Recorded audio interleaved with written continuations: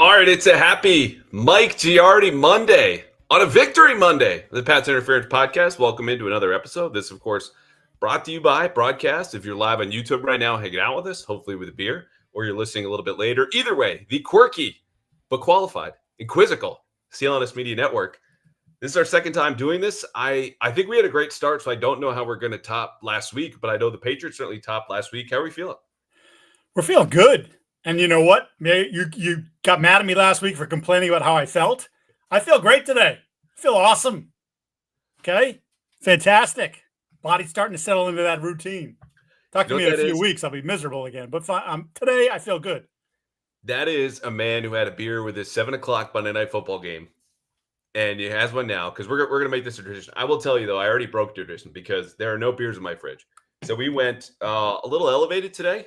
This is a glass of Elijah Craig Toasted Barrel. Shout out Brian from Saugus, who tipped me off this bit on the show before. And that is going to take us through Patriots 33, Dolphins 27, which I got back from Miami this afternoon. I've spent most of the last 24 hours poring over the film, taking stats and notes and sifting signal from the noise. We're going to go with the same rundown we had last week, though, which is why did they win? Drake Maye, things that you missed on offense and defense. We'll get to your questions at the very end. So if you want to hang out or want to know anything, just drop us a line in the comments and we'll get to it a little bit later. For now, let's start with that very basic question. Actually, you know what? Let's hit pause because something happened before this game that was arguably just as monumental. Sad trombone. What was your favorite moment of the Jalen Polk era? Probably that catch he made. Was that against the Eagles in one-on-ones? Remember it? Came right into the end zone, right in front of where the media stood. Mike Reese posted a video of it. Oh, shout out to Mike Reese. Yeah, that's when I was like, dude, this looks like he's been playing in the league for 5 years. He's not going to catch 80 passes ever, but like he could be a 55, 60 catch guy year in, year out. And then they started playing the game for real, and it went sideways really fast. So your favorite moment is a preseason game or a joint practice? It was a joint practice. Okay. Yeah. Okay. See, it's not a good thing when I can't tell. And I was there for this as we're showing. There you go. That's what I'm talking about. Yeah, I know. Great grab. Look, Jalen Polk goes to the Saints in a late pick swap trade. Mike Vrabel's only comments about this have been on the radio to Scott Zolak, which is just, hey, we wanted to get him a fresh start, which is weird because the guy was on season-ending injured reserve. Still is. He's gone. His whole Patriots tenure of about less than a year and a half ends after 12 catches, 87 yards, 2 touchdowns, and one giant disappointment and another black mark on the Elliott Wolf draft history. My favorite moment was him hyping up the crowd after his touchdown against the Dolphins was overturned in week 5 last year because half of his foot was in and half of his foot was out, even though it was a second foot. And every other teammate on offense was in the huddle getting ready to go because it was incomplete and they needed to score yet again. And that really told the story of a guy who, look, I missed on. I thought he had a mature game, had some confidence issues, this and that. We're not here to dump on him, but, man, you do not see second-round picks. Second-round receivers dumped like he was. Yeah, it's interesting because Nick Underhill, who covers the New Orleans Saints, does a great job covering the Saints, used to work up here. Nick said, hey, give me a quick scouting report. And, I listed off all the things that I began with. Everything looked good. And then I said, and then it pretty much ended for him when he couldn't get his foot inbounds, his second foot inbounds in the Miami game, when, quite frankly, if you go back and watch it, as I did about 700 times after the game, there's no reason he shouldn't have got his feet in. And then he didn't know the rule afterwards. And it was just like, okay, see you later. That really was the end for him. Not great. Okay. No. Let's move forward. Different Miami game. This was, correct me if I'm wrong, the most entertaining Patriots game 3 years. You know what stopped me?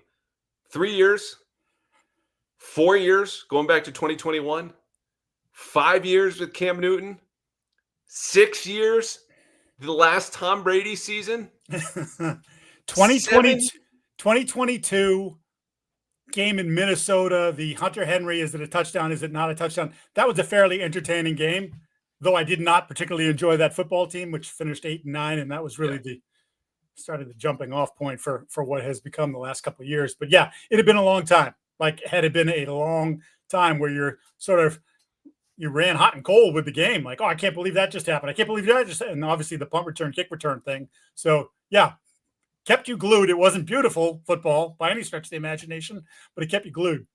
Yes.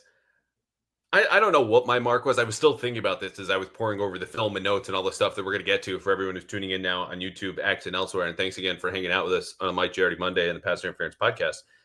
I, it's so basic. I'm just happy to have fun football again. You know what I mean? Like, I reiterate to the people who, are uneducated in the matter of how we approach our job. Look, my paycheck is the same whether they win or lose. I do my job the same whether they win or lose. But I'd be lying if I said there's no difference of going into a locker room where guys are happier to talk to you, to open up about certain plays, and just the experience of sitting watching this game where you had, for the second time in NFL history, a punt return touchdown followed by a kick return touchdown. For the first time since that Thanksgiving game that you mentioned, and even before then, the Patriots score 30 points or more. Okay. And of course, in a place that they never win, Tom Brady had a losing record. Bill Belichick never beat Tua Tagovailoa. There goes 2 games into the Mike Vrabel era, all of that out the window. Like, this is just fun, is where I want to start there. And if you want to go into why they won, feel free. But this was football. This is what we want. Well, when you consider the last 2 years and all the losses, and we've talked about in detail on your podcast, on my podcast together, like the grind that takes on the players, and having to, if you're David Andrews for a couple of years, and Hunter Henry having to go up to the podium before your coach went out there because he couldn't be bothered to go out first and have to answer the questions.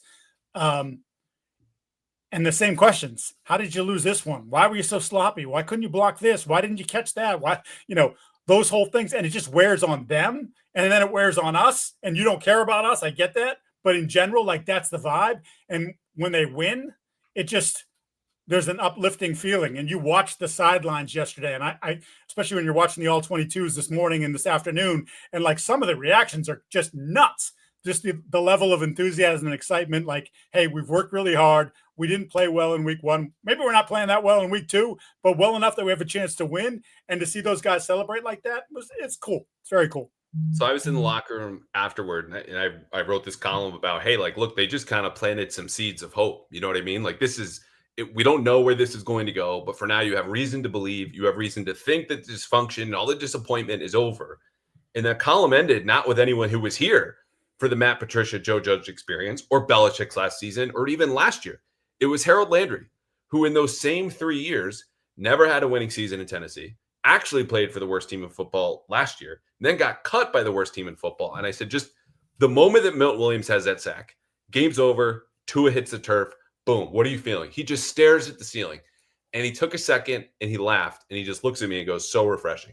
Like, so refreshing. And he might as well have been speaking for the whole franchise. He might have been speaking for the whole fan base. So those are the moments, as much as we clung to last year's season opener, oh, this could be different, and Drake Maye and take the hill and blah, blah, blah, take him to the hill.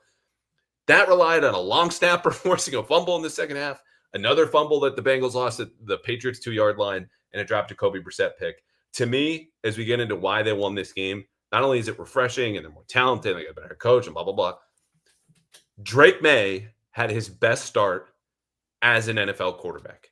And the pressure that they ran defensively to combat Tua quadrupled in the fourth quarter, which is insane playing in the 90-degree heat. So it's not just one thing or another thing. Complimentary football cliche. It all came together in those big moments. And sure, the Dolphins puked on themselves, but you know what's going to happen sometimes in the NFL? There's vomit. And so long as your opponent is there to slip up in it and you get to stand to the side and go, oh, you can win football games. And that's exactly what happened. You really had to give us the vomit, and then you even gave me the kind of like the slip there. I don't think we needed that.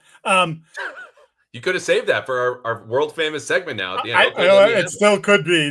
We'll see. You were pretty on your game last week. I'm hoping you rode a little bit. Maybe that whiskey there will get you. So I'll just take the macro view because I know we're going to get to them to some of the details within. Your offense was the best unit on the entire field. You were better than their defense, which was the worst unit on the field, period, and was last week as well.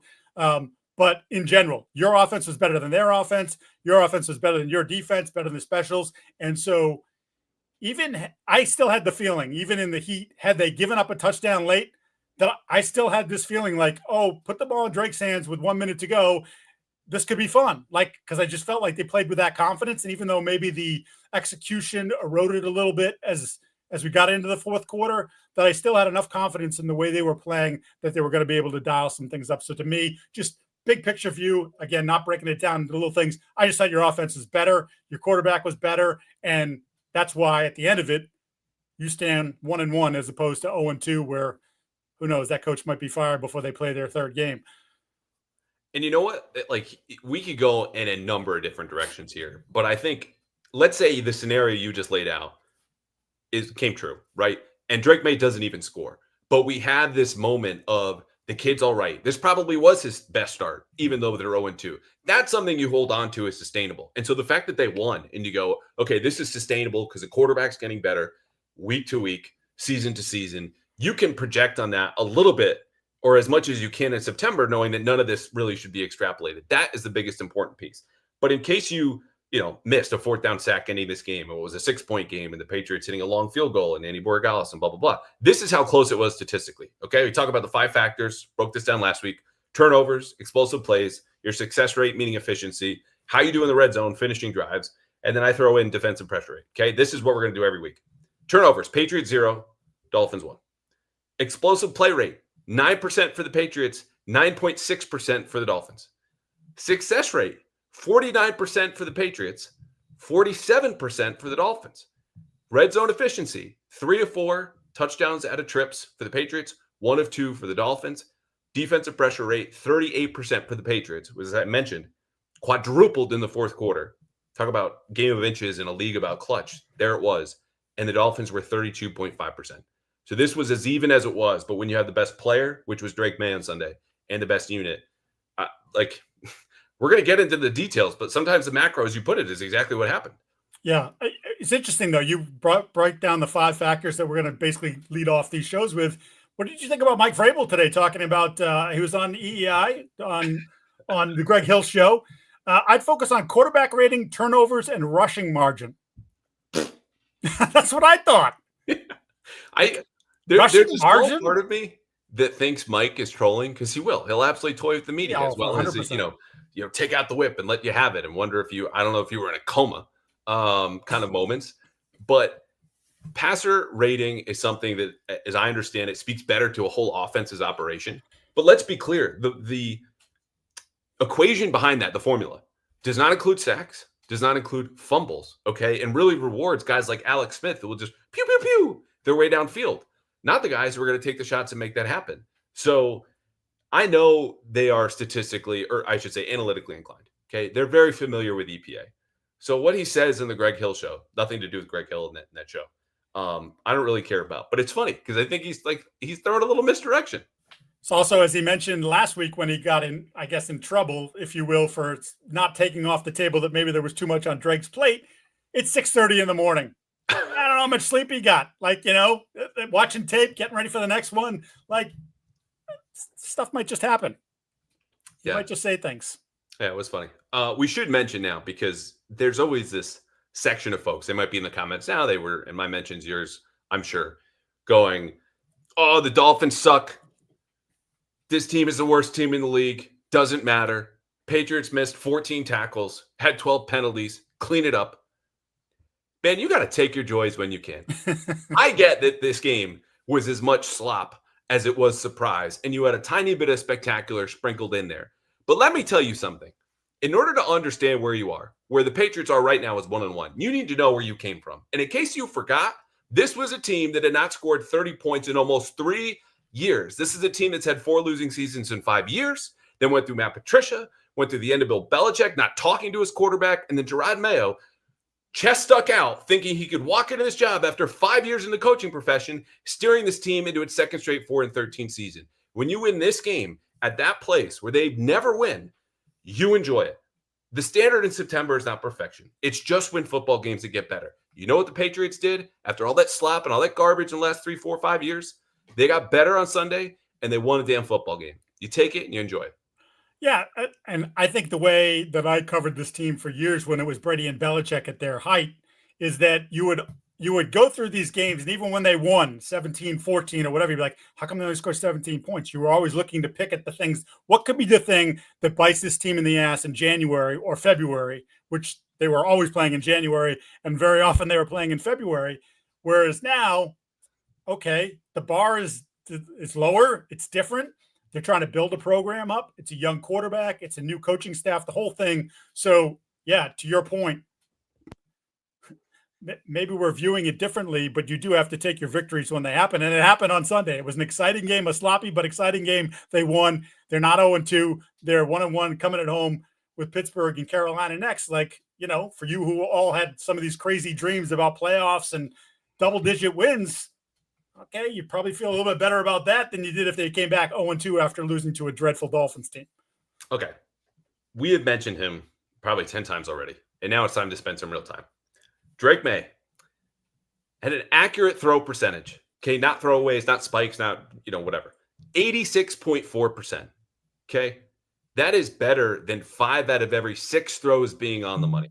When he was under pressure, I made a big deal out of this last week. He was 4 of 11, 4 sacks, a pick, 41 yards. Bad.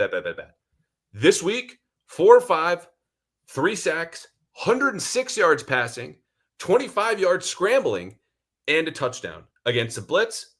Even better, 6 of 7 for 83 yards, a touchdown, and a sack. We'll get into certain plays, but when I zoom out and we talk about progress week 1 to week 2, I think Josh McDaniels set an excellent table for him, right? This was it. This was the China was out.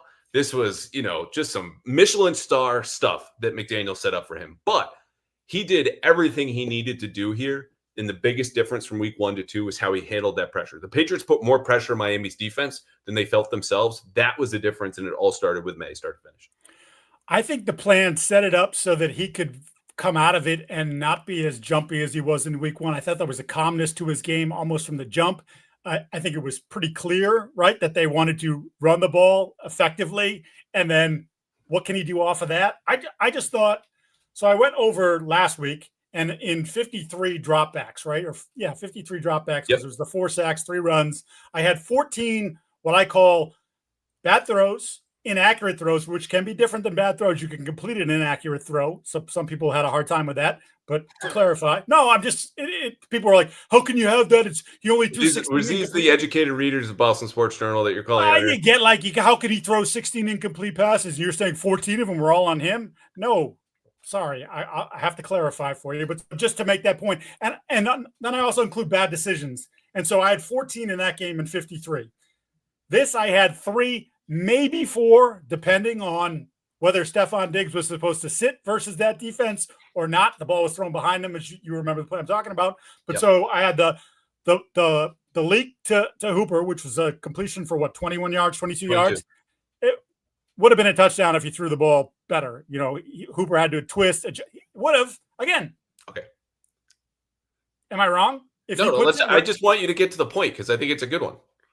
I'm just saying there were very few. So Hooper, not seeing Henderson at the goal line. When he locked in on Hunter Henry, the ball got tipped. If you look at it, Trevion Henderson is right there. He ducks to the right, wide open. Would have been a walk-in touchdown from short yardage. And then stay in bounds right before it was the scramble at 2:38 of the second quarter when they're in the red zone. He thought he could get past Dobson on the edge. He thought he could go in. Dobson shoves him out of bounds. There was a little delay there. They ended up having to take a timeout with 2:03 because they came out of the huddle late. I don't know if he knew the clock was running. So to me, that whole little sequence there of about 35 seconds actually allowed the Dolphins to get the ball back with 1:51. And we know what they did right before the half. They went down the field and scored a touchdown. So you dominated the first half, but you gave them a little bit of a window there to make it dicey. But otherwise, super efficient, super confident. The poise was off the charts. As you know, the throw to Ramondre Stevenson was just chef's kiss. And that's the play that, to me, captures everything that we're talking about, right? You want to talk about poise. I bring up pressure, the accuracy through the roof. And again, the standard numbers are good anyway, but I don't think they even speak to how good he was in this game. 19 to 23, 230 yards, 2 touchdowns, no picks. That's a passer rating. If you're into passer rating, like our good pal, Mike Vrabel, 137.3. But on this particular play, 3rd and 3, they're at their own 24-yard line. It's late third quarter. Okay, Miami had 4 straight scoring drives. You're about to punt and give them good field position. No. DeMario Douglas comes in motion, right to left. He immediately, alert, everybody, tap to the helmets. That says we got man coverage. This is the play we're going to run against man coverage. And just like the Trevion Henderson first down, where Hunter Henry sets this nice, if you're on offense, you call it a rub play. If you're on defense, you call it a Yes, pick play. play. Sets a pick rub play and frees Henderson on a wheel. This wasn't quite the same. It was kind of a delayed switch release, meaning, Stevenson gets to the outside of Kayshon Boutte, who is the X receiver on the right side, the weak side, and Boutte takes an inside release. So they kind of switch there. But that creates enough traffic for Stevenson just to go straight downfield. And as it's happening, Maye gets pressure off the right side. The only one Morgan Moses allowed. Mike Owen, who had one hurry. That was it for the offensive lineman. We'll get to them. Steps up into the pocket despite that pressure, eyes downfield, and layers a perfect throw to Ramondre Stevenson. It's poise, pre-snap recognition, and accuracy all in one. I loved it. And that was sort of, he's teased us with moments like that before last year, and we didn't, again, there were pockets of good play in week one, but that was just like things slowed down for him in that moment. Like, oh, I feel the pressure. I kept his eyes downfield, which I think is critical. I think we saw at times last year where the moment he felt that pressure, the eyes came down. And yes, it was fun to watch him run around and make some plays, but like to be healthy quarterback for 17 weeks and to be a good to elite quarterback for 17 weeks, these are the things you're going to have to do. And again, one game, but really, I was trying to compare it to some of the games last year, and like the wire-to-wire win was against Chicago. I didn't think he played very well in that game. No. Arizona, I thought he played well in. That probably was his best game prior to this one. And I thought this one was like a good 5 to 10% better than that one, which is, a good sign after just your second game with Josh McDaniels and this coaching staff. All right, so we've had about 1,000 more people join us here on the live stream. If you have questions, just throw them in the comments. Mike and I will get to them a little bit later. We're about to get to the meat of this episode, which is after he and I go lights off, step into the film room, clicker in hand, and just spend all our time in there like Aaron Rodgers in the darkness. We don't come out until we have all of our notes, which we're slowly unveiling for you here.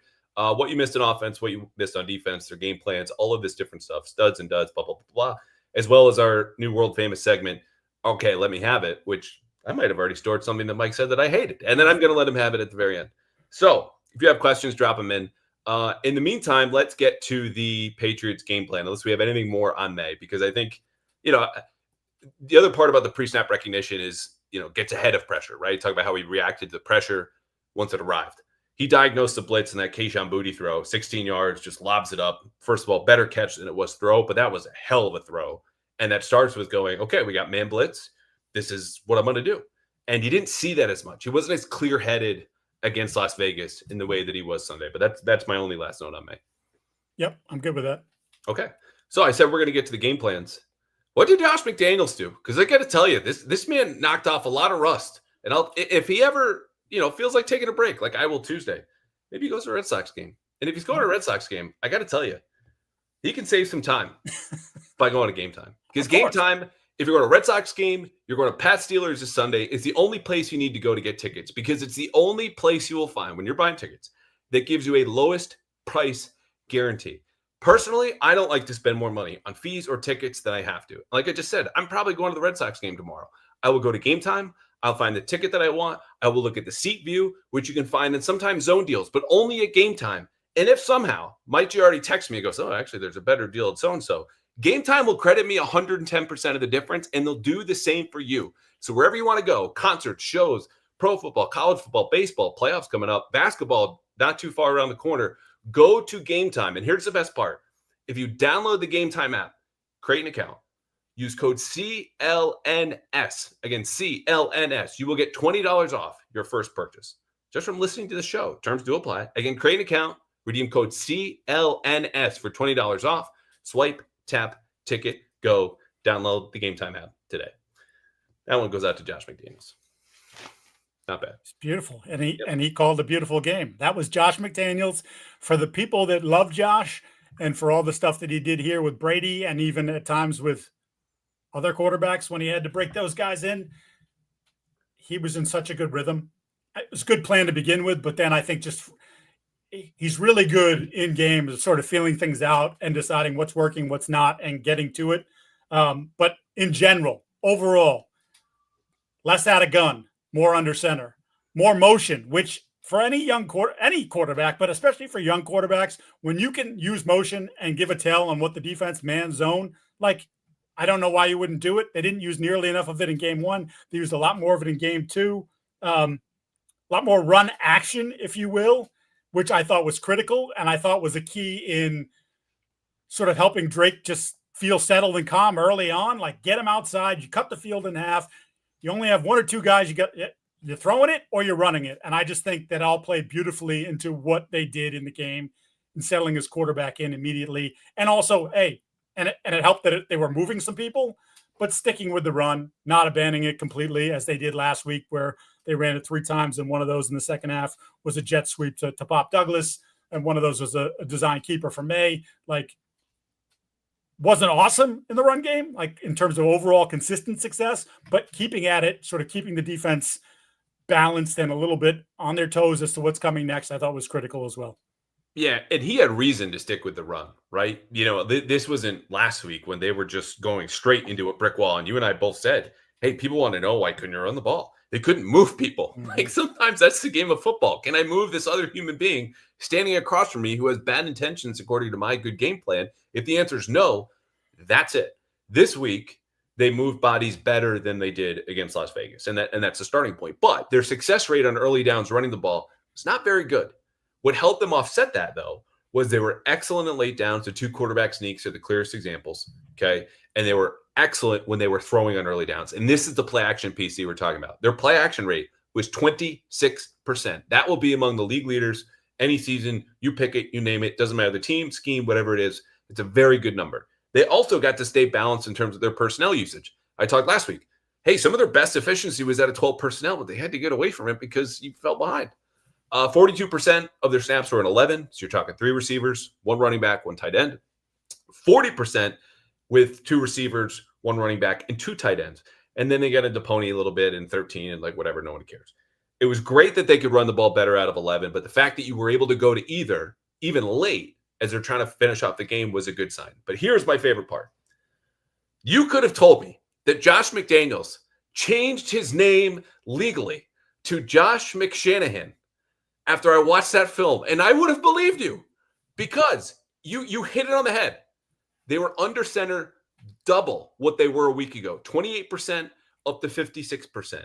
They were heavy outside zone. They increased the play action, as I talked about, and they also doubled their motion, which is exactly what you talked about again, around the 28 to 56% snap. All of that are the simple, easy, low-hanging fruits. So we're going to pretend run one way, bootleg Maye the other way. You saw this on the touchdown to Matt Collins. Also set up, very nice small detail, where they inserted him as a blocker, right? Started out wide, and he comes in and inserts between, I think it was a C or D gap, and he's a blocker. We saw last week, does it a couple times. Cool.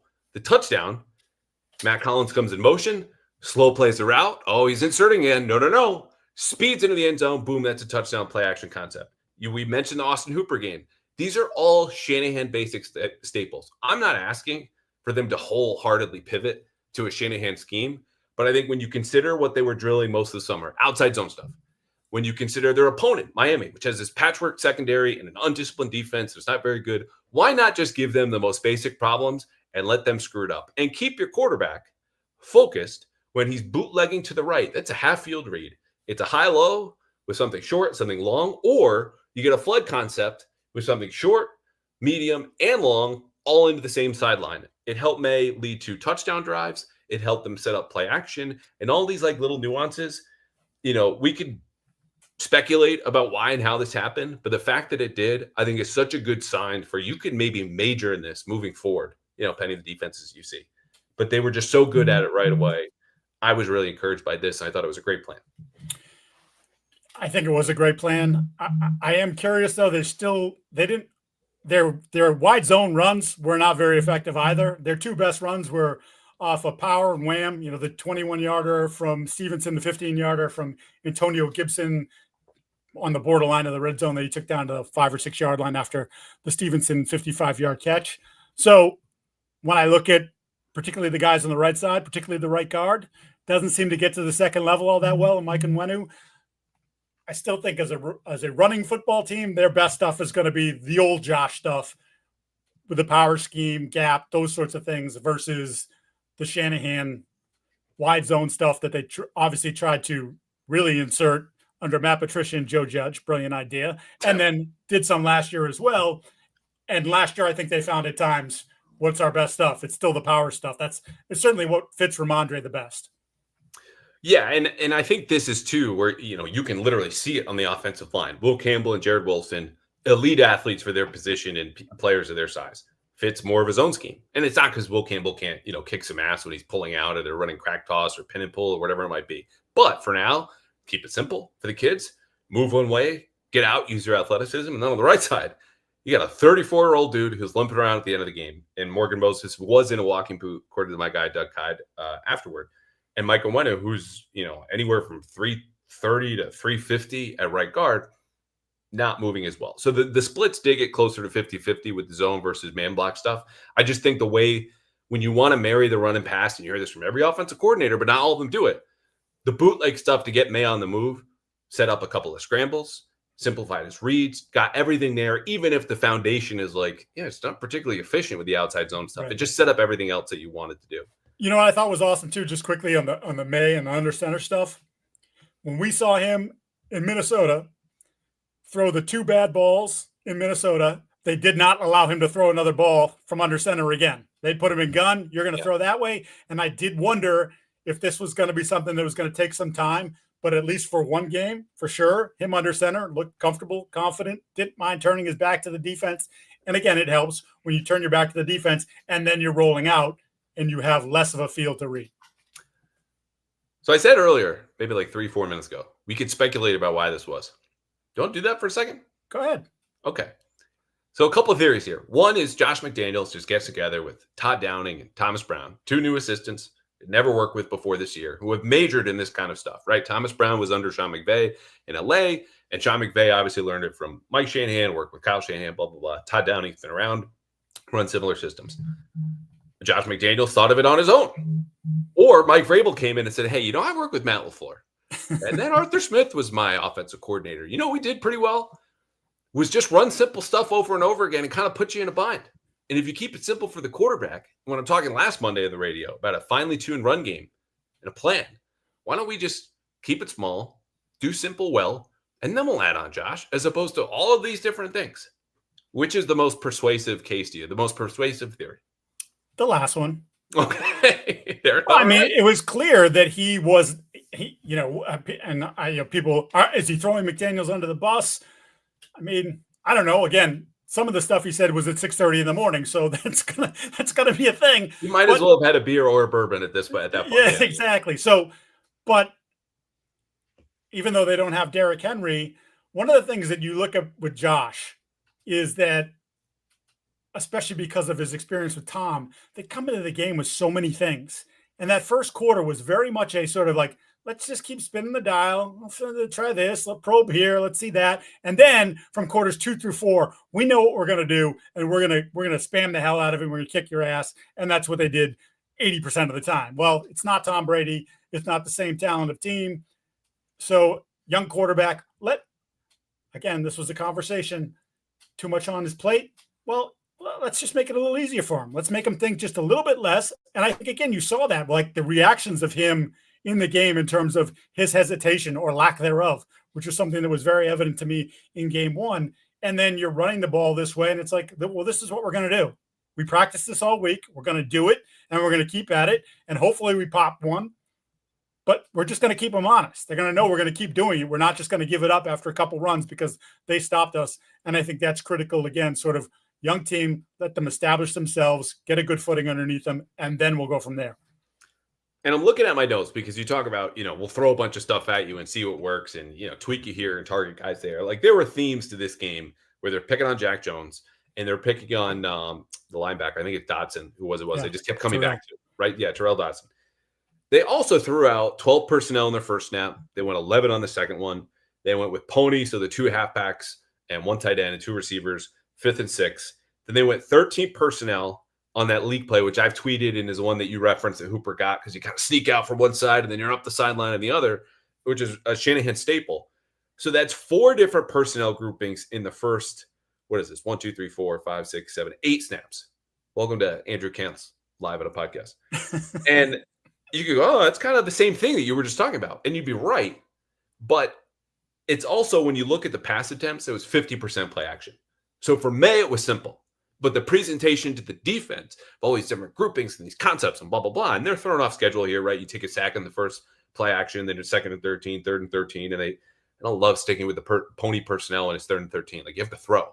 Give me guys whose whole job is to just catch the ball, not run and catch the ball. But anyway, it worked. And then they kind of streamline things and stick with, as I mentioned, a pretty even split between 11 and 12. So I think that's kind of the balance they're going to have to strike, of Josh being able to, fact find, right, and gather information with that opening drive, but allow his quarterback to see it simply. And I was not of the belief there was too much on Drake's plate, because I think you just need a little bit more information to see that. But there's no question, like I said earlier, he seemed more clear-headed and confident in Miami than he did a week ago against the Raiders. That comment became very divisive amongst fan base and media, debated all over the place. It's ridiculous.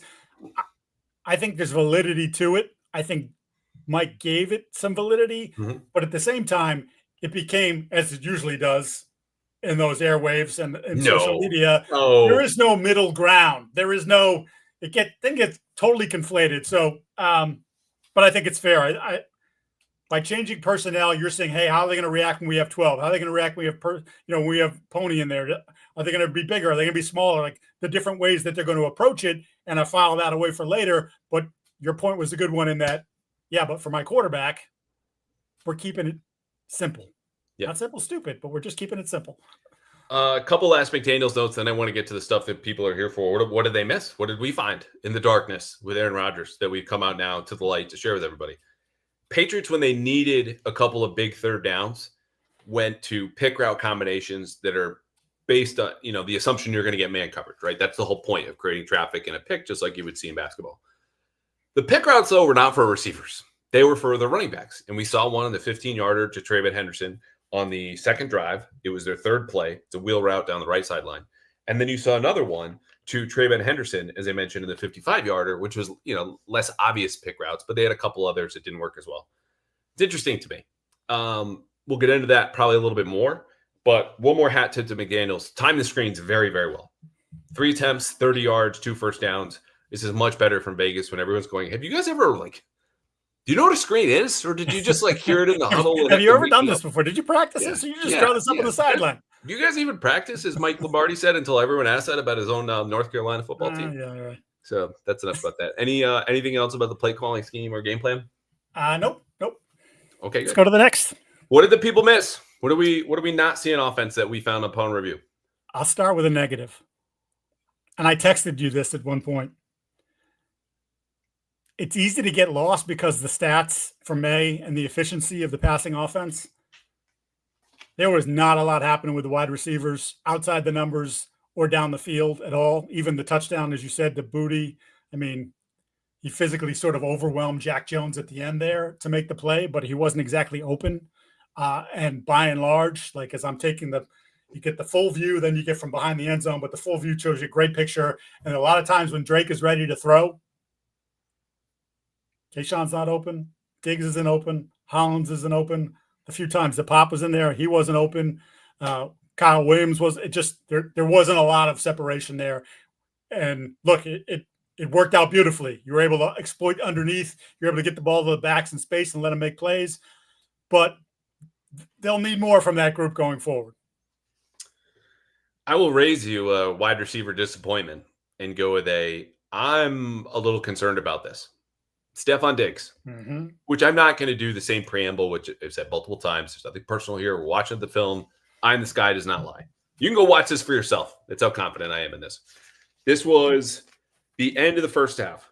Okay. There's a 4-play stretch where he is asked to block downfield on a screen for Trayvon Henderson. This is the middle of their third drive.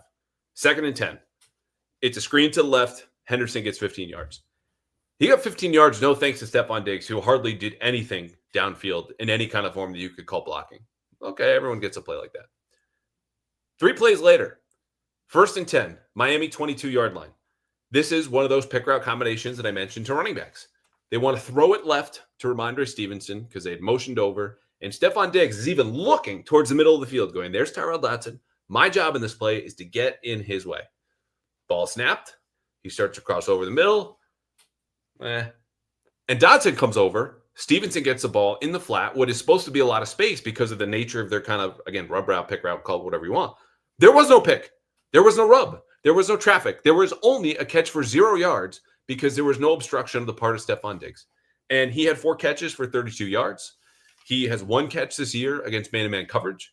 The receivers as a whole have 3 against man-to-man, and Miami's not a man-to-man defense, so this is not something that I think will sustain over time. But, the jerk routes or there's another term for it, but that's my favorite term for it. At the goal line, not getting a lot of separation, to your point. And the effort piece, when he's not getting the ball, this is not a 5-alarm fire, it's not a 1-alarm fire. But I'm going to have my eye on this when we're back here in a week reviewing the Steelers tape. Yeah, that was the next part of our text chain was like a little concerning. Like, and look, you've mentioned, we've talked about ad nauseum about the ACL, and it's not even been a year, and all these different things. Yeah, he gets at least another month, but the effort is different from separation. And that's where the again, you put it in the back of your head and say, we'll see what it looks like next week and the week after that, because you saw it, I saw it, they definitely saw it. How they choose to deal with it, how he chooses to respond to them choosing to deal with it will be, something that we'll monitor going forward. Yeah. The only other thing I really had here, because we just covered a lot. Garrett Bradbury, for all the rightful concern about that man's pass protection, including some just ass kickings that he received and took in one-on-one pass rush during training camp, he has yet to allow pressure. Okay. And hat tip to Jarrett Wilson and Will Campbell, who probably have not gotten enough flowers in this podcast, which obviously they care a whole lot about. Yes. But I mean, man, I did not expect this at all. And his run blocking has been pretty solid too. I thought he was better this week than he was last week in that regard as a run blocker, but I had him written down and Jarrett Wilson written down as sort of like, most people aren't focusing on that. You only tend to notice the trouble when, hey, where did that come from? Where did that pressure come from? Why did he get sacked? Obviously, the snap on the shotgun down by the goal line was a disaster. He doubled the disaster by turning around to look as to where the ball went, and then was also beat rather quickly, which could have really made things a disaster had Drake not been able to hop on that ball like a shortstop, smothering a ball there, in the ground. But both those guys in particular, and you could throw Will in there as well. Bradley Chubb's not the same player he used to be, but he's still Bradley Chubb. Like there's still a good player in there, and one-on-one against Will, he got nothing. Yeah. Anything else? Nope. That's it. One thing Vrabel said today, because we haven't spent a whole lot of time about how they manage the end of the game, and there's more clock management in here, and I think that's interesting discussion. But as far as our purposes of get things you didn't miss or didn't think about in real time when you're on your couch, watching the game, they expected to get some corner pressure on that throw, and they ran play action after the 2-minute. I was going to say 2-minute timeout, which means I've been watching a lot more college football than I have NFL. The 2-minute warning. They expected Matt Collins, what was this max protect throw? Only 2 receivers downfield. It was Booty on a go route, which is kind of a love of the game route where, hey, I'm just here to sprint and clear space. They wanted Hollins, who had no separation, and thought that the corner where he was going might have blitzed. Didn't happen. So that's a piece to kind of keep in mind of like, oh, why'd you run? Why'd you throw? Miami had enough timeouts to stop you if you punted the ball. You'd rather try to get the first down and deliver a knockout punch, but it didn't happen. They had gotten a corner blitz earlier in the game. Not a ton of pressure from Miami, but that's because they know their secondary stunk, even though Rasul Douglas was really good. Jack Jones, not as much. Again, they picked on, but one last note there. All right, on to the defense, which you definitely did not miss. Basically anything about this. But I will tell you, when I was looking at the Patriots defense earlier this week, we did our preview episodes, which usually out Thursday night, Friday mornings. I gave out my Pats interference PrizePicks picks of the week, and I gave out 2. It was Drake Maye more than half a touchdown pass, which is a layup. And it was Devon Achane more than 3.5 catches. You know how many catches Devon Achane had, Mike Giardi? 8.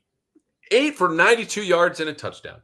You know why? Because I said, if I was Miami's offensive coordinator, I would put Achane against any linebacker and feel great about it. So did the Dolphins, and that's what happened. So if you want to, the Patriots win or lose, you can win at home by playing PrizePicks and listening to me or making your own picks, whatever you want to do, because PrizePicks is the easiest and best way to win cash while you're watching sports. It's that simple. You just have to fill out a lineup, and you can pick the players who all come with stats, and sometimes it's passing touchdowns, other times it's catches, it could be yards, it could be whatever. But you get to pick the players. And then all you have to do is pick more than or less than. You file the lineup, and that's it. And you might as well do it during the NFL season. You could use Venmo to put your money and take it out. You can do it wherever you want. This all happens in 60 seconds, and you can even win up to 100 times your money.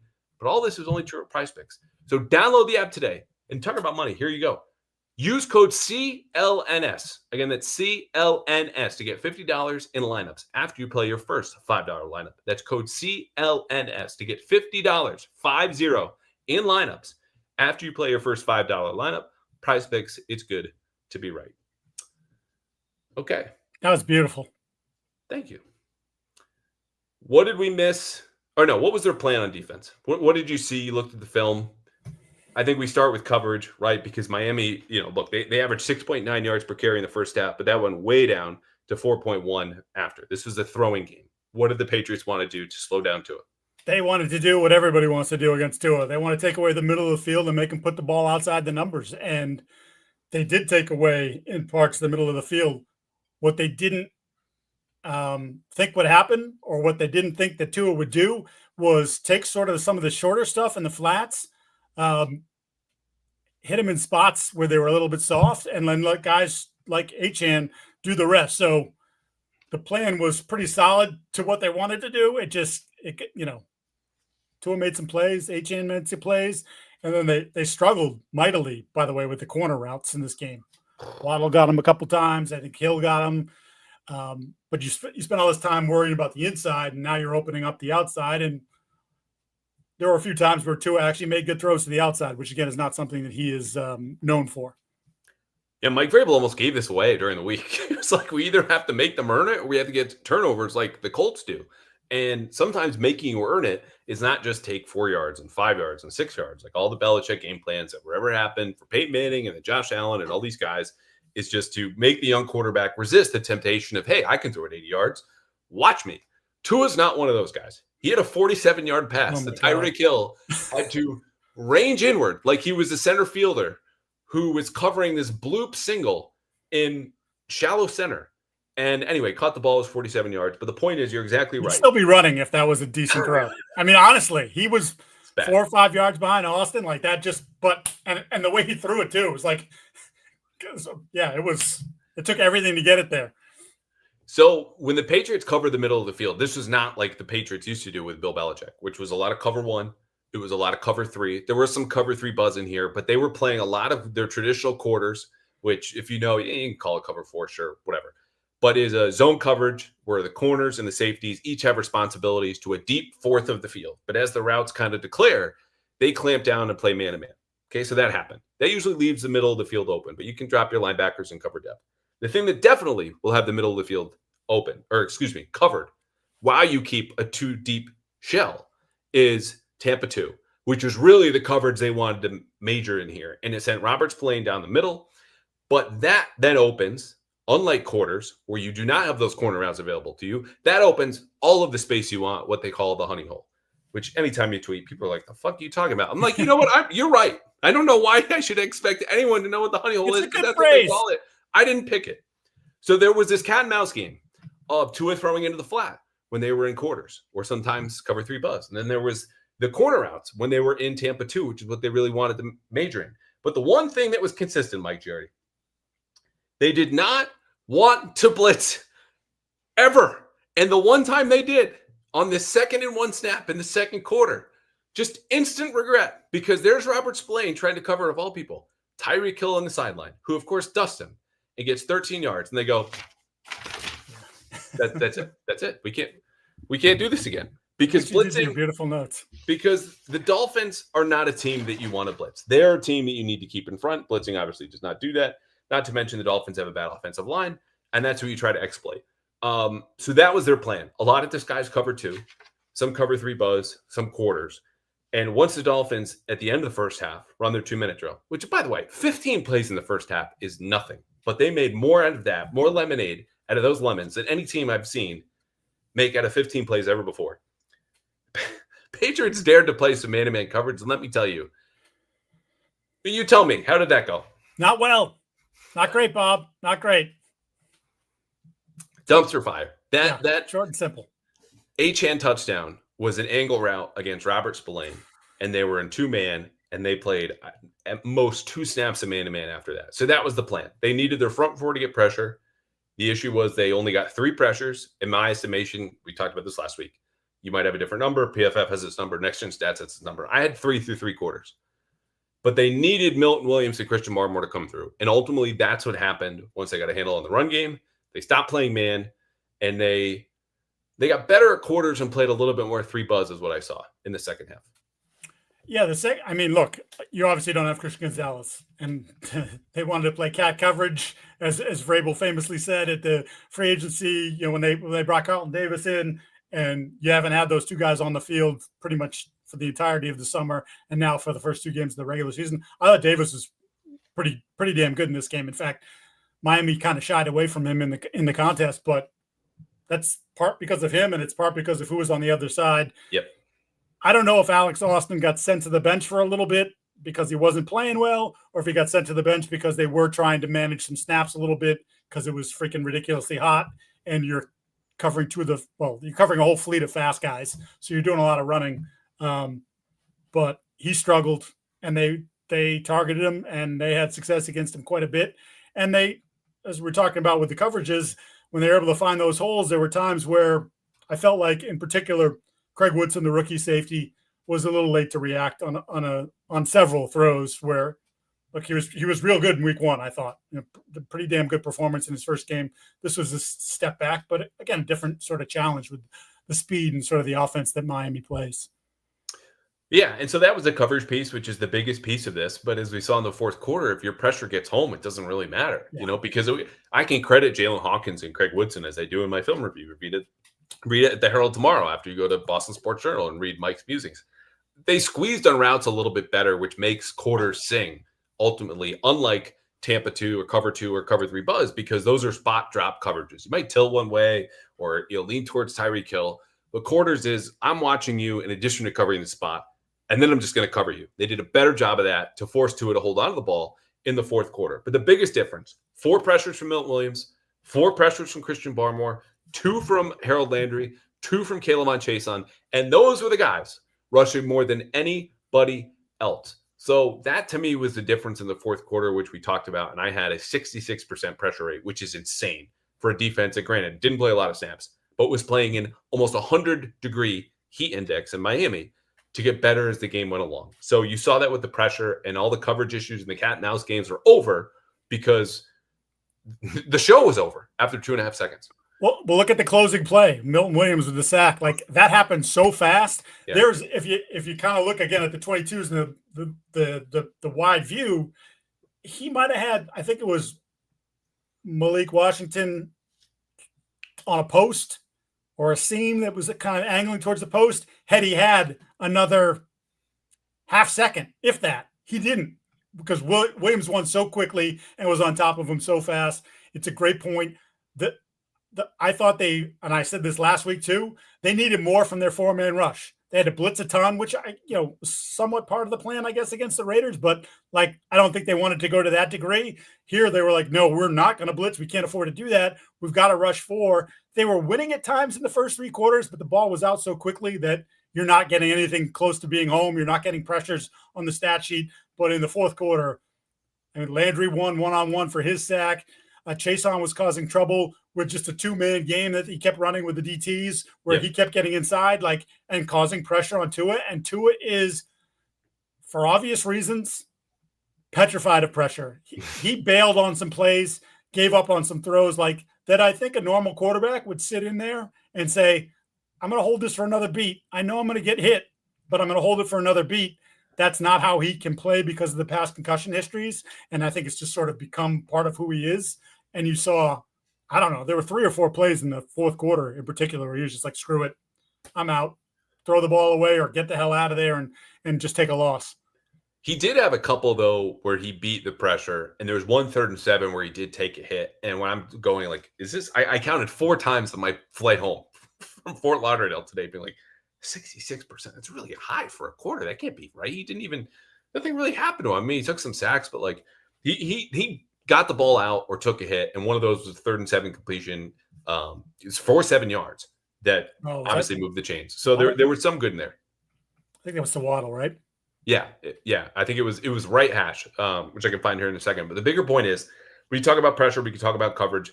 They didn't change their plan a whole lot. The difference, again, was the pressure they generated with their front four. Everyone watched it. You all saw it. Of course, it helps that Miami goes, let's take our time. Minute left. You know what? Let's take a delay a game. Hey, how about a false start? Let's make this harder on ourselves in a way that, again, Devon Achan's foot is 6 inches further inbounds. We're not having this same podcast. But that's what happens. Again, sometimes teams puke in themselves, and if you don't slip in the vomit, you win. That's the game. That's September football in the NFL, baby. You had to go back to the vomit thing. The move, by the way, that Achan made on Marte Mapu to free himself up after he caught the ball was so filthy. That was one of those moments where, like, you get faked out and you just want to keep going. You want to be Homer Simpson and just sort of fade into the background. Yeah. I wasn't here. Nothing happened. Yeah. You're like playing in a different plane, like this is a different speed. But I'm glad you brought up Mapu, because when Achan had that touchdown against Robert Spillane, who just had no freaking chance on that angle route, they're like, yeah, we'll play man-to-man against the fastest team in the league without our best corner. Sure, not a problem. I'm thinking, why are they not in time? Because they want to play Spillane and Ellis as the centerpiece of their defense, whether it's 3-corner nickel, 3 safety nickel, they're in base, those are their major groupings against Vegas. Didn't play any dime. I'm like, they're throwing the ball. This is a 2-minute drill. Fourth quarter. They're not running the ball anymore. They can't. They're bad at it. Play some dime. And if you need to have 2 linebackers, have someone better there in coverage. So Ellis goes out with the hydration issue. Jack Gibbons comes in. They go, okay, it's 3rd down. Jack Gibbons, not really your time. Walking white NFL player cliche that you are. Marte Mapu, come on in. And 2 plays later, he gets that interception. And it's just quarters. And we talk about squeezing the routes and the pressure. That all factored in. This was a gimme pick for him.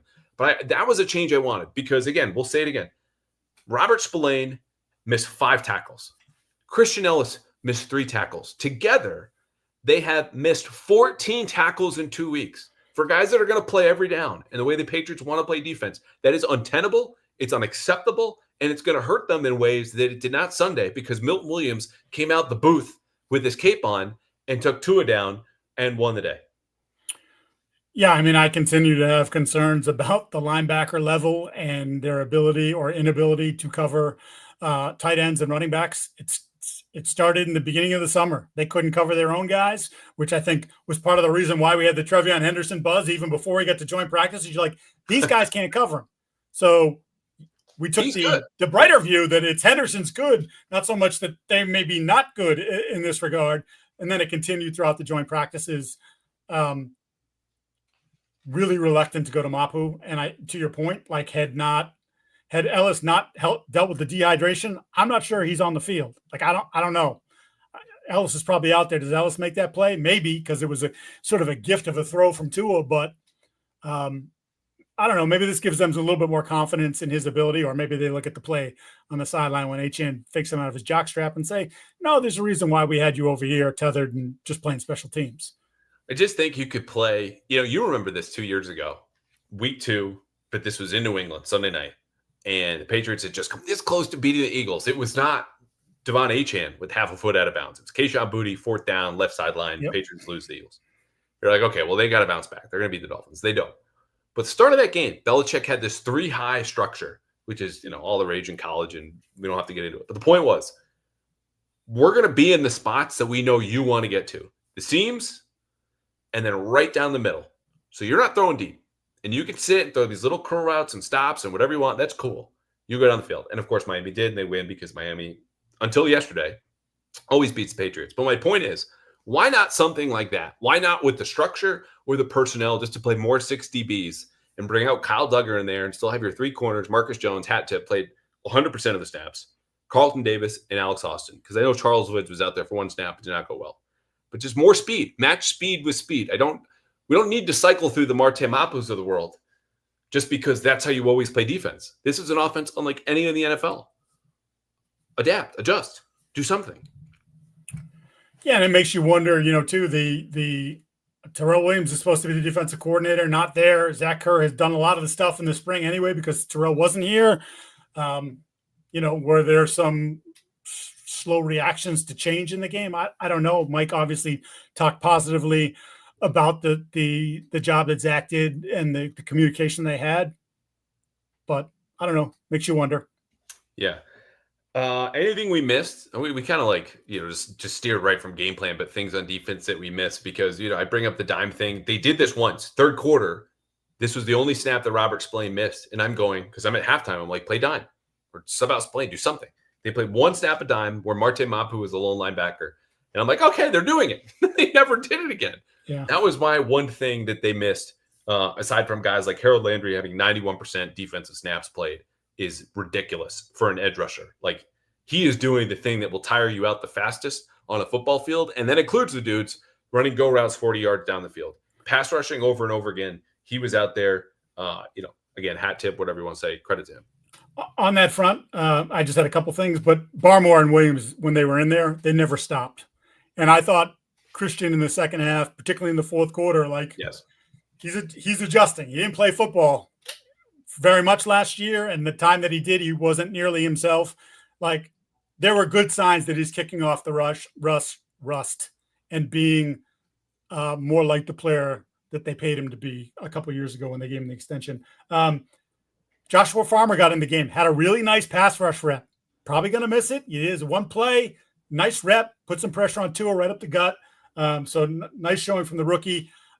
They tried to play the 3 safety nickel, and it didn't go well. So I believe I had 6 of 7 for Tua against the 3 safety nickel. Miami was like, okay, perfect. You're going to put one guy who's not as fast as the other guy on the field. That's not going to work against us, and they took advantage of it. So that's just another thing to kind of file away. So they played 3 safety nickel and half of their snaps in that first drive, which included a penalty or whatever. There was 3 now, but there were 4 snaps. They did the same with 2 snaps to 3 safety nickel in the second drive, but measured again in 3 corner, which is how they want to play. Yep. And then none on the third drive, about an even split on the fourth one. This is the start of the second half. Dabbled a little bit again in the 5th drive. So we're still third quarter. Miami gets another touchdown or a field goal. And then the 6th drive, nothing. 7th drive, nothing. 8th drive, last drive of the game, 0, nada. And that's what it was. Kyle Duggar only saw the field then at that point when Craig Woodson had to come out. And thankfully, to me, I was wondering if he had a concussion. Obviously cleared whatever protocol, or you think cleared whatever protocol. Christian Barmore, by the way, completely fine. Temporary injury. I thought when he went to the ground, he affects maybe about half the population. Yeah. He reached for something, and I was like, oh, that's what that was. Yeah, that's what it was. It's a lot of weight that landed on him, so it makes sense.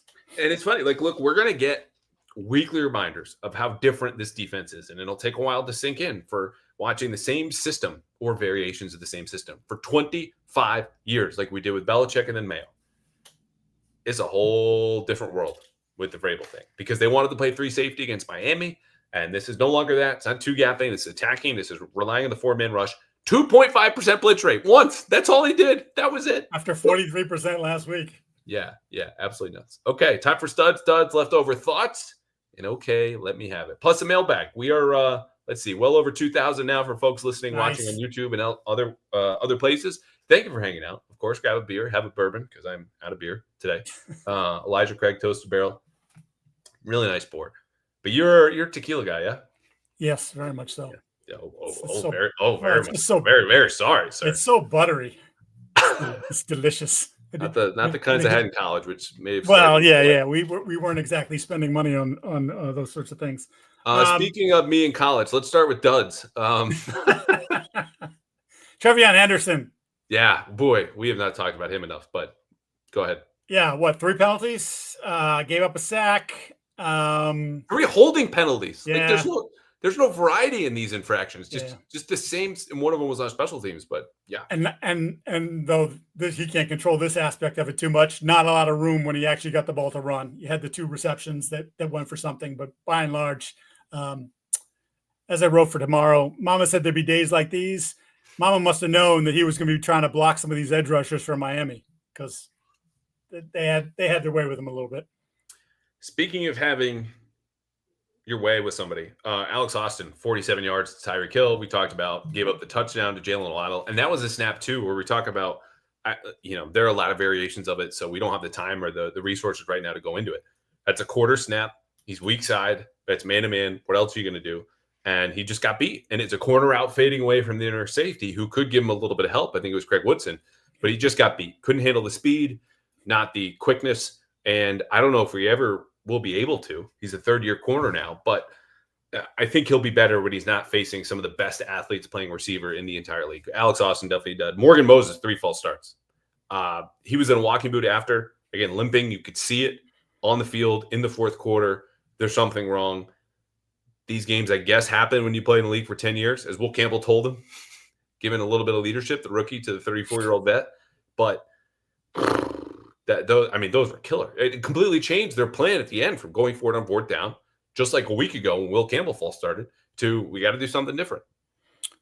Yeah, and it appears that Marcus Bryant is the lead backup, the 7th round pick. Yes. And I mean, we might not be that far away from having 3 rookies in the starting lineup on the offensive line, which dust off your history books because that doesn't happen very often. TJ Watt feeling like he's going to have a big Sunday, though he couldn't handle. I'll just say it briefly. Yeah, say it. Our guy, Armand Membu, because we were Membu Island members. Yes. Okay. Card carrying members as we were before the draft.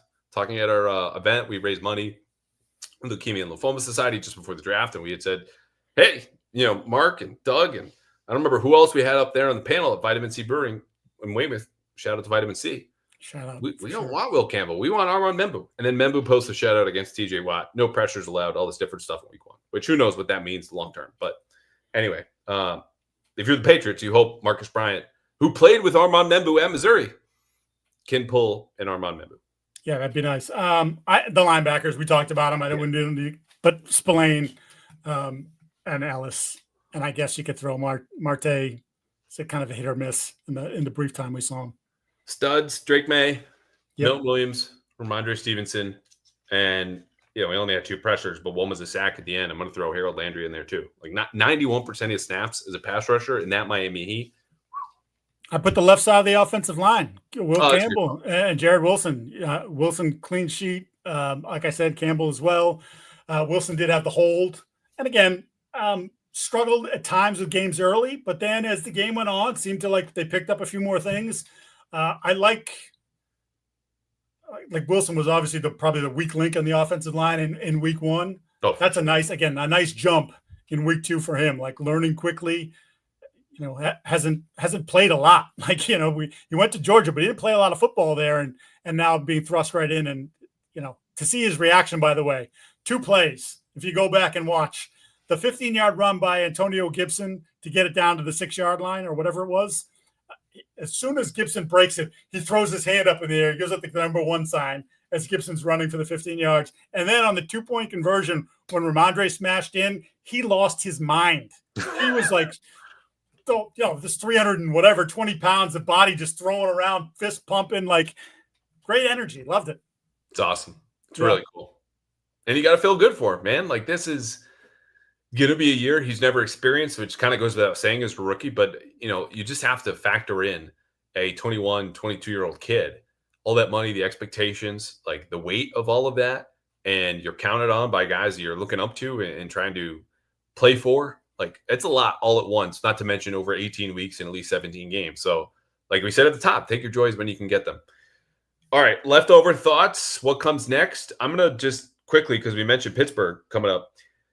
There's a really good chance that what happens this Sunday is going to reframe how we just experienced that Miami game. Meaning, if the Patriots lose to the Steelers, we're all going to look back. And not all of us. I'm not going to include myself in this if this happens. Patriots lose to Steelers 2010 or 2019, whatever happens. Oh, the Patriots' only win is over against a dog bleep Miami team. They were half a foot away from losing to the Dolphins. They really should be 0-3, blah, blah, blah, blah, blah. All the pressure. All the stuff that I was saying, just take a beat, take a breath, wait, enjoy, think about where we are in the calendar. As I was saying all last week, I'm going to have to do again. But if they win, okay, now you're on the flip side. Now you're going, Oh my God, they won 2 in a row. They're getting better and better. They've beaten a bad team. Now they've beaten an okay team. They're going to beat Carolina. Then they'll be 3-1. And people are going to be like, Buffalo? I don't know. Could happen. Something may be. I don't know. I just want to say this game can live on its own in a vacuum. It's all connected, granted, but they just won in Miami for the first time since before the pandemic. And I'll ask you, do you remember the time they won in Miami before 2019 in that big giant shutout? I'm just going to tell you now. Barack Obama was in the White House the last time that happened. Was it like 45-7 or something like that? It was the end of the 16th season. I remember it just with a Michael Floyd block on the element. Oh, yeah. Long catch and run. Yeah. The second to last time before Sunday, the Patriots won in Miami. It was the Obama administration. Okay, like that's how long it's been. So when they do that, they win. I don't care how bad it is. It's September. The goal is not to be a playoff team. No one is. Ask the Chiefs right now, okay? How that goes sometimes. Not great. But next week is really going to do a number, I think, how we look back on this game. My look ahead was do it again. Just do it better. No, I'm serious. Like we sit here when you're I remember having this conversation after Mac Jones and the Patriots beat Buffalo. And they lost the 2 prior. They got smoked by Dallas and New Orleans. Was this 23? Yeah, at home? Yes. Yeah, and then they won at home on the last-minute drive. Your boy Gesicki caught the touchdown pass and did the gritty with like 7 seconds left or whatever it was.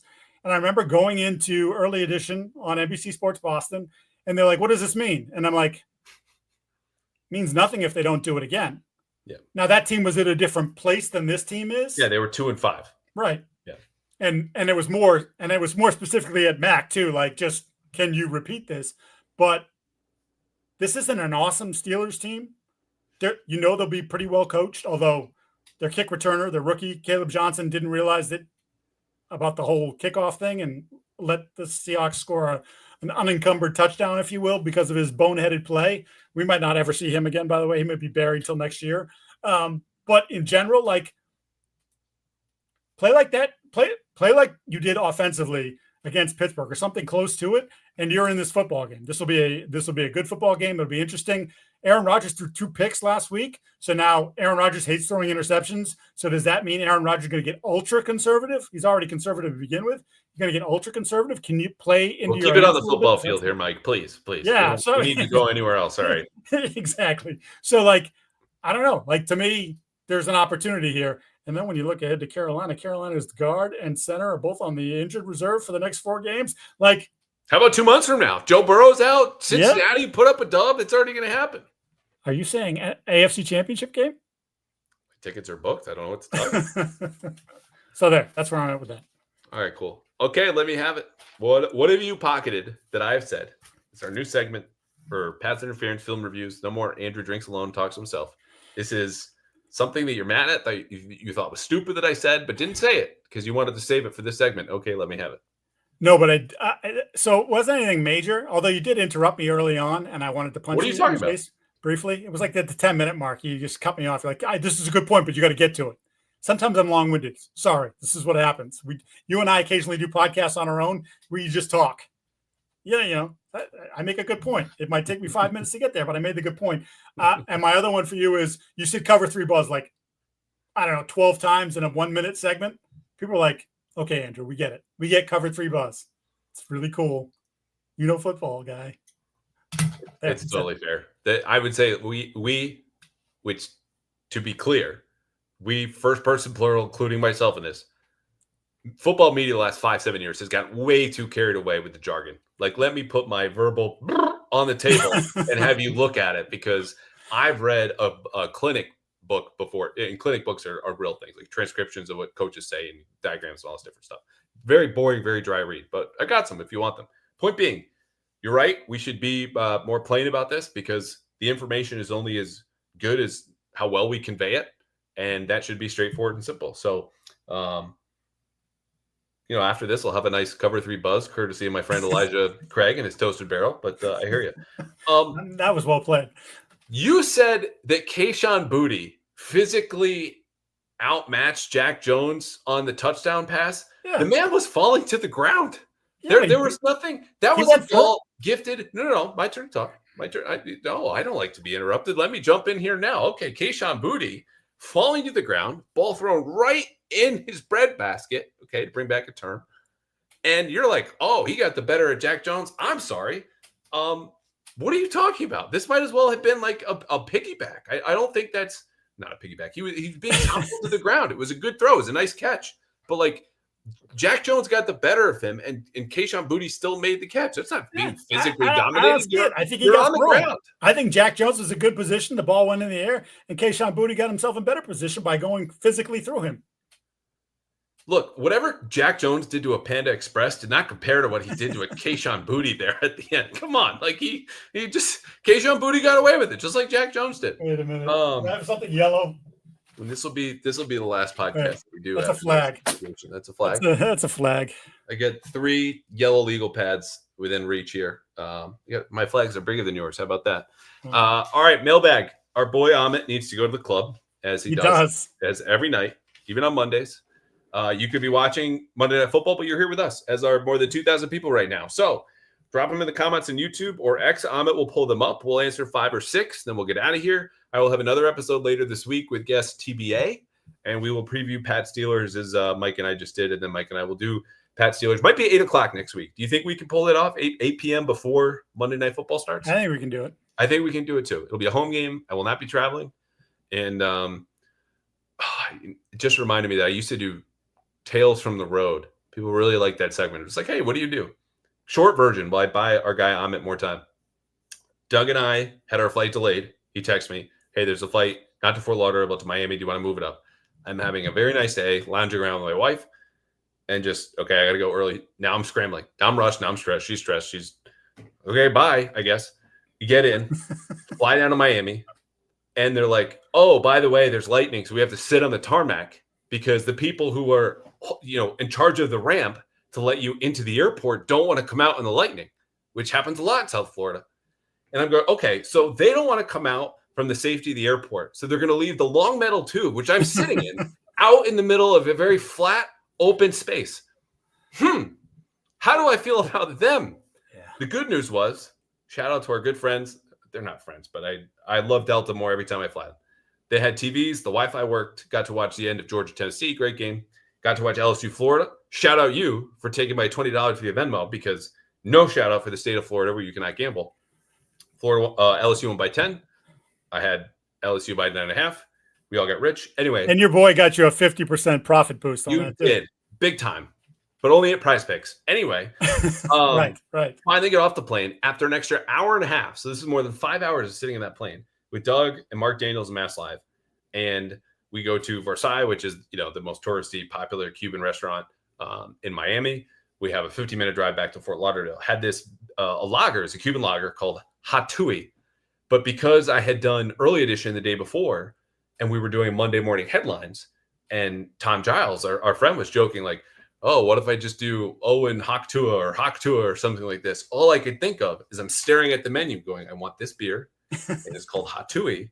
Is don't say Haktua. So he comes over, and I just point. I couldn't even say anything. I don't even know if he would have understood the reference. I can't tell you anything more beyond I know why that girl's famous because it's something she said and what her face looks like, and that's it. But anyway, the beer was delicious. I got another one. Doug, Mark, and I split from there. Or Doug and I stayed at the same hotel, but we stayed in Fort Lauderdale. We got back to bed maybe like 12:30. Crashed, went to the game, easy in and out. And unlike last year, where Doug and I in a rental car ended up on the F1 track, which they just leave set up permanently. And maybe this is how they all are. I'm not an F1 fan. We did not drive around the course after because we got lost. Even though I really tried to tempt him. And then I just started working on film and all the breakdown and all the stuff. You should read the BostonHerald.com while watching the Sunday night game in the lobby of the hotel because he needed to record Pat's chat in the room. And then we left early this morning and no real delays today, which was nice. But that was my trip.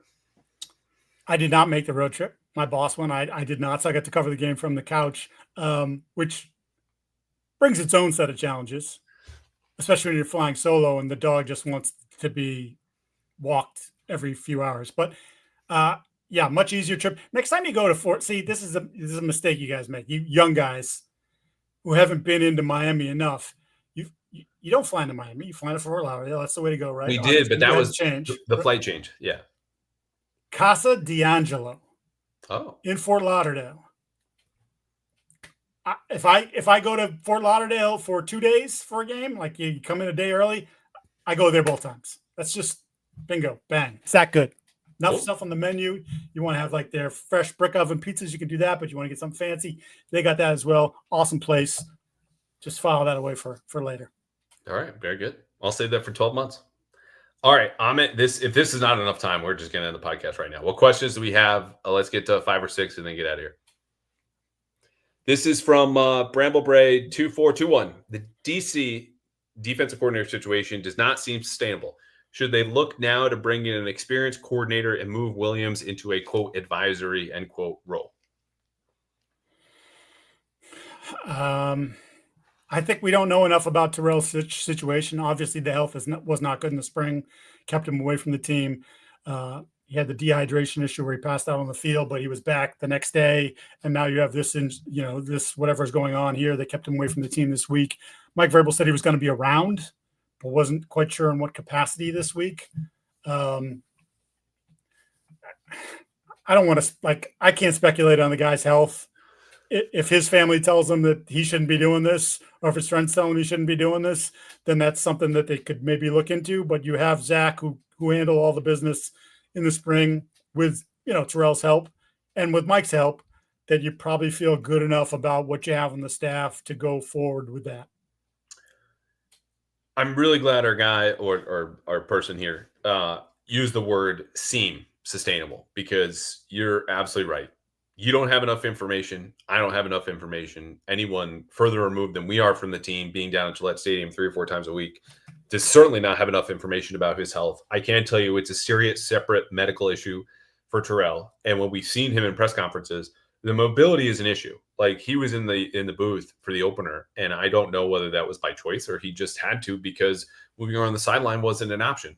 He's 51 years old. He is, like a lot of coaches, someone who works long hours, and obviously had a serious medical issue in the spring that has affected him and continues to. And he's just a really respected, accomplished coach. Like, there are good head coaches in the league, Mike Vrabel included, who would call him the best defensive line coach in all of football. I do not discard that man away easily, and especially when I am not, informed about what's going on. It's a bummer, but I trust that Mike Vrabel will handle this in a way that is not only just best for the staff, but best for him. And even got into it with some jackass on Twitter who took this way too far, further than this question did, of just like, get him out of here. I'm like, oh, you want to fire a sick man who's accomplished because something outside of his control? Is like, well, you should just go away until he gets better. That's what he's effing doing right now. Yeah. Just, I don't know what it is. And it's a bummer when we have to do segments like this that just say, I don't know, but we'll hear soon. And yeah, sure, Zach Kurtz's debut as play caller, not go great. And his inside linebackers stink right now. But over time, we'll see. And hopefully he's healthy and he's better and he's back and he'll be involved, as Vrabel said today, in some capacity. So we'll see. All right, next question. What do we got? Matthew Jensen, 8 of the 9 sacks by the Patriots this season are from free agents they just signed. How about that? Good job in free agency, but can you build a sustainable defense through free agency? No. You need to draft and develop. It's even more so than ever. And not that it ever sort of dissipated, but I think it's really important. And because of the long list of draft failures, they were once again put in a position like they were in 2021, where they had to spend a boatload of cash on free agents to bring the roster up to par, or certainly back from the depths of which it was. And whether the guys that they spent the money on can sustain this going forward. You certainly hope Milton Williams, you got him where he's entering his prime. You hope that that's a contract that pays dividends long term. But like Carl Davis is probably not here for the long term. You're probably hoping this year and next year, and then see you later. And you hope you have the next guy in place. But I mean, you definitely have to, on all fronts, I think, develop your own guys, draft your own guys. You know what they are when they get there. You know how they learn. You know their strengths and weaknesses. Like Milton Williams was a guy that they didn't even, of all the guys that they had a sort of cross-reference with, they didn't really have much of a cross-reference with him. He was just the best defensive lineman on the market. Go get him. Yeah. I will know, because, I know this is, the the question seems to presuppose that a defense is built on sacks, which is just not true, which isn't to say anything of Matthew asking about. I thought you said defense built on sacks, and I was like, Andrew, I know it's late, but what are you talking about? No, come on. We're going to push through 8th grade Mike Giardi. No, that's what I thought you said. Two of three, that is what I said, but production meaning. Like it's not based on just entirely pass rush, which is to say 2 of their 3 best players on defense were drafted, Christian Barmore and Christian Gonzalez. Okay, that's a start. Down the middle, you might have another one in Craig Woodson, which we'll see. It's been 2 games in. He's starting as a rookie. It's cool. He looked yesterday, but we'll see. There's enough here that you can build upon what's already been drafted. You still probably will need to draft another inside linebacker very soon, and as you said, another corner, and continue to build out. I don't think it's their plan to build through free agency. If it was, the entire defense from just handing out cash, then I take an issue with this. But their cornerstones, at least 2 of them, are drafted guys. And then you have Milton Williams, who is at least Christian Barmore's age, who, you signed him for agency, but is going to be here for the next 3, 4, 5 years. So I feel fine about it. But to answer the question as it's exactly stated, no, of course not. Next question. TD. Is Christian Gonzalez, speak of the devil, going to play? To quote Mike Vrabel today, there's a chance. When a coach says there's a chance, though, in my experience, that means no. And let's say he does play against the Steelers, which I'd really hope. I'm not going to spend any more time on it, but I'm just sick and tired of hearing about the contract if there's anything there, because there's no evidence. And if there is, I'd love to see it. Maybe I'm missing something. But let's say he does play Sunday. There's no way this is anything other than a specialized role for a guy who's, if he practices Wednesday, it'll be his first practice in more than 7 weeks. Yeah. Didn't Mike say there's a chance, but then he said there's a chance a lot of things could happen. And I felt like that was just I don't think that was necessarily specific to Christian Gonzalez.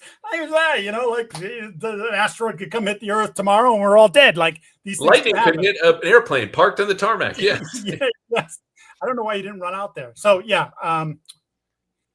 I would tend to think no, but that's because this thing seems to have lingered to a different degree at this point. Yeah, and it doesn't mean they can't beat the Steelers. Obviously, your chances would feel better with your best player on the entire roster on the field. But no, it doesn't seem likely right now. But we'll see. Wednesday, if he practices, that swings that are open more than a crack. Yep. All right, 2 more. Joey, do you think Morgan? I'm sorry. I'm just after an hour and a half doing this, I'm going to giggle at typos. Morgan Moses is going to get more banged up. Power through, Callahan. Guarding TJ Watt. I don't think so because I don't think he's going to play. And that's not to be reported or aggregated or clipped. It's just to say when a guy's in a walking boot in the locker room after a game and he has to play 7 days later, probably not going to happen. I could be wrong, but I think it'll be Marcus Bryant out there. And I think they'll have more help and max protect plays and all that. I've reported this at various points, talking to people with the Jets about Morgan last year, and he missed 3 games, but he played hurt in a bunch of games. He was hurt very early in the season, and he played through most of it. And he's so well respected that no one's going to say, I mean, you're getting paid to do this. You're showing that you're able to get out there. You're going to play. But there were people in the Jets organization that wondered if he was hurting the team in some degree, the offense, because he wasn't as effective as he could be. And maybe they would have been better off saying, all right, bud, take a seat. We'll try to get through this, and hopefully you can speed up your recovery and we see you in a week or 2. Instead, he tried to battle through some of that stuff because that's just how he's wired. And, they would say that it impacted his performance, which is not, it's not uncommon. Most guys, if you're hurt, you're not going to be the same guy you were before you're hurt. Now you're hurt and you're 34 years old. A little harder. Because this is where my brain naturally goes. I was thinking of the media equivalent, just like Miami had a players only meeting. I was like, Doug, what is that for us? Like, our boss at the Herald sat down with us after a week of working together and we're like, you guys need to figure it out. I had not a cold sore. It was because those are on the outside of your mouth, not the herpes kind. This is where we are an hour and a half in the pod. It was underneath my tongue before I was doing TV a couple weeks ago. An ulcer. No, that's serious. That's bad. But in your in your mouth, it seriously affected my speech to the point I'm on like Reddit searching for how do you handle these things. Or there's just like a sore and a bump, And I'm trying to speak, and I'm like, it's a whole show. I'm doing the A through D block, and it's all football, blah, blah, blah. And anyway, the solution takes to some random person, because this is where we are in 2025, is like part hydrogen peroxide and water. But man, sometimes you got to play hurt, and sometimes you can't. And look, it's as brave as it gets here in this chair with something like that. But anyway, aren't you glad I shared that? I have a story, but we're so late, I'm not going to share it. We're going to go to the next question. Deshaun would just ask if, like, could you guys imagine if another rookie comes up and plays really good in the O-line? It'd be really good. I think the Patriots would love that. I don't know if it'll happen. I think whatever happens Sunday against the Steelers will probably be the last two games, and it'll be a close game and a toss-up. And that means it could go either way. All right, one more, because Deshaun's question was just really about the right tackle situation and Morgan Moses. So we'll get out on this next one. Joey again. Do you think McDaniels will use DeMario Douglas in the offense more? Okay, I'm really glad we're ending on this, because we did not talk about him at all. So again, I've had questions about his overall feel for, especially against zone, which they saw a lot of against Miami. He's more of a man beater, but yet he's not like a traditional slot. He's sort of more of a downfield. He's a very unique player, and I don't think he fits very well. I'm not saying that he's being cast aside, but I think there are going to be games like this where he's not all that involved, and you don't really notice it until the end when you're like, oh, that's right.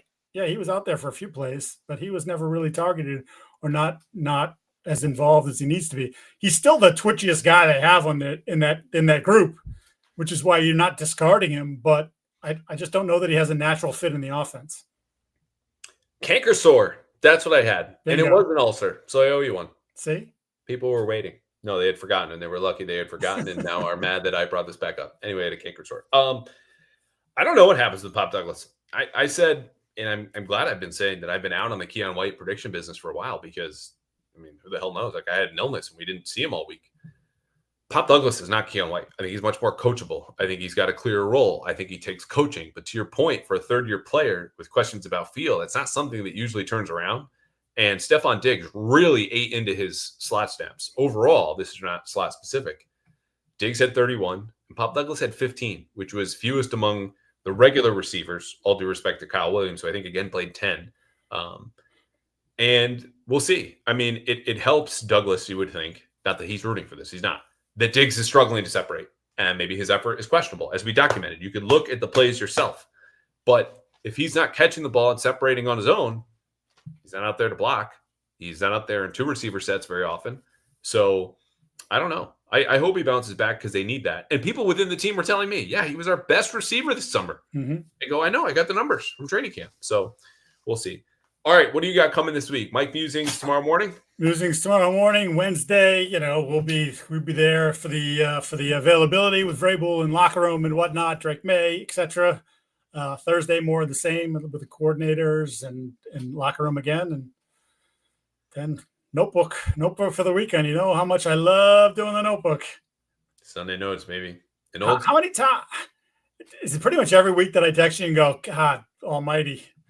And complain, yes. It's a lot of our texts. It's complaining and PrizePicks suggestions. Yeah. Someone might have taken the under on the Texans Bucs game, which didn't look good early, but you mean the less than?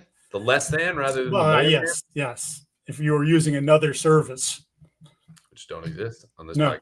I mean, there's only PrizePicks. Yeah. The apple of my eye. I'm looking forward to Mike's musings. Those are out Tuesday.